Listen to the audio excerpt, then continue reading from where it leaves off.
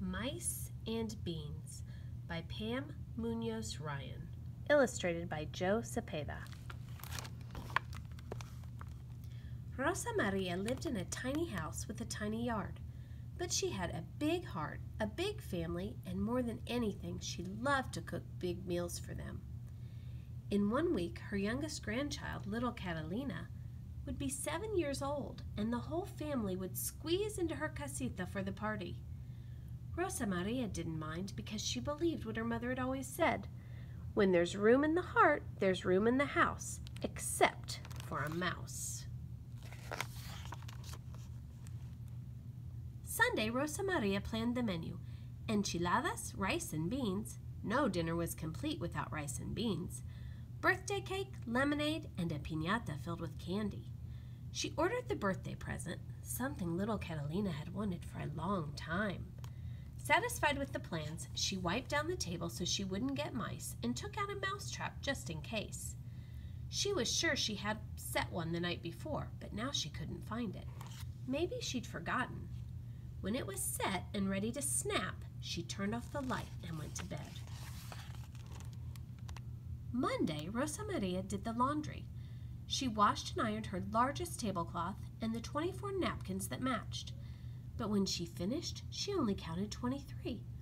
No importa, she said, it doesn't matter. So what if someone has a napkin that doesn't match? The important thing is that we're all together. After dinner, she swept the floor and checked the mousetrap. But it was missing.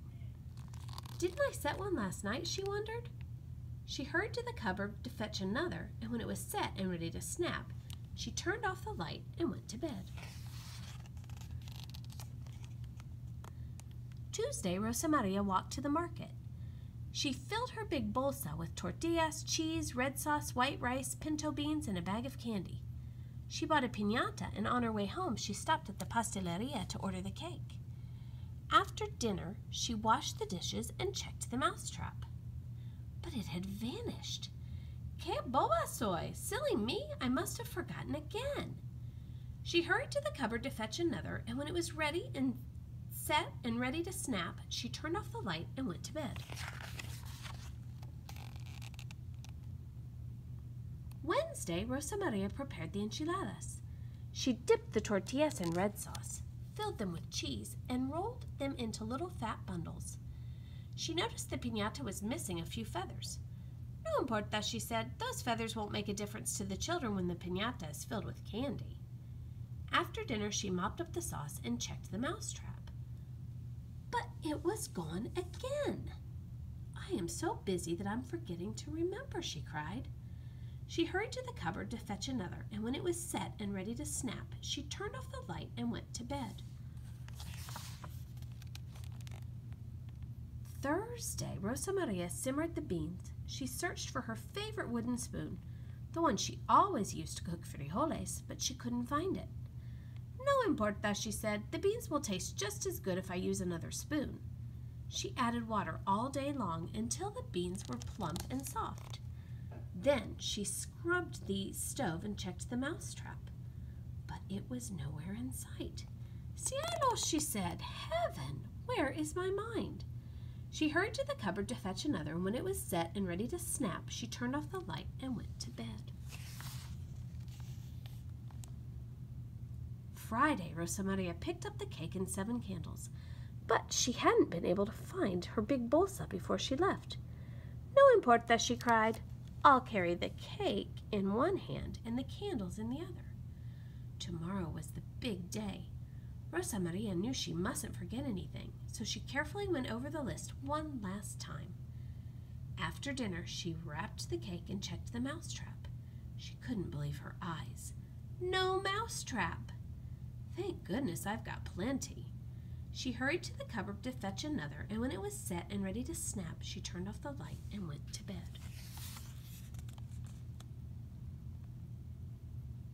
Saturday, Rosa Maria cooked the rice. As the workers assembled little Catalina's present, she set the table and squeezed the juiciest lemons from her tree. Let's see, she said, feeling very proud.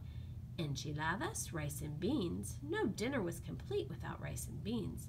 Birthday cake and lemonade. I I know I have forgotten something, but what? The candles! But she only counted 6. No importa, she said. I will arrange the 6 candles in the shape of a 7, and little Catalina will be just as happy. Now everything is ready.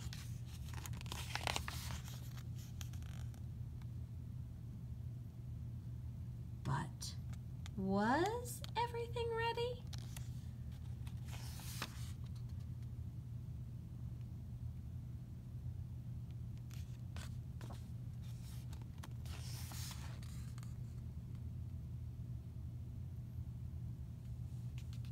That afternoon, Rosa Maria's family filled her tiny casita.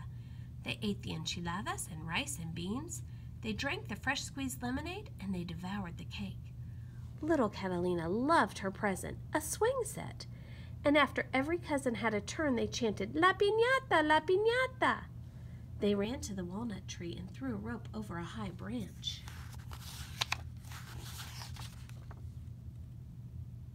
Whack, whack! Little Catalina swung the piñata stick. "Wait!" cried Rosa Maria as she remembered what she'd forgotten, but it was too late. Crack!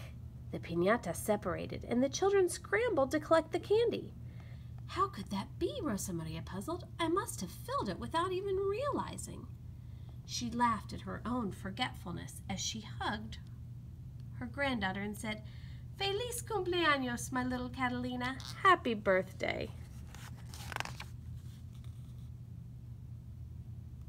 But after everyone had gone, Rosa Maria tidied her kitchen and thought contentedly about the fiesta. She pictured the happy look on little Catalina's face when the candy spilled from the piñata. But Rosa Maria still couldn't remember when she had filled it. No importa, it was a wonderful day, she said. But as Rosa Maria swept out the cupboard, she discovered the telltale signs of mice. "Ratones!" she cried. "Where are my mousetraps? I will set them all." She inched to the floor, and when she did, something caught her eye. She looked closer. Maybe I didn't fill the piñata, she thought.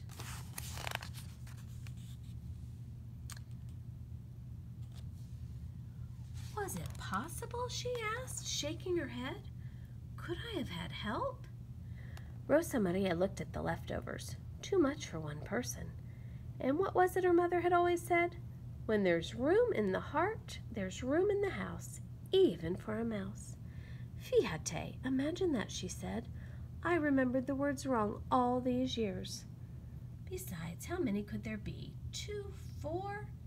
No importa, she said. It doesn't matter if a few helpful mice live here, too. Then she turned off the light and went to bed. And never set another mousetrap again.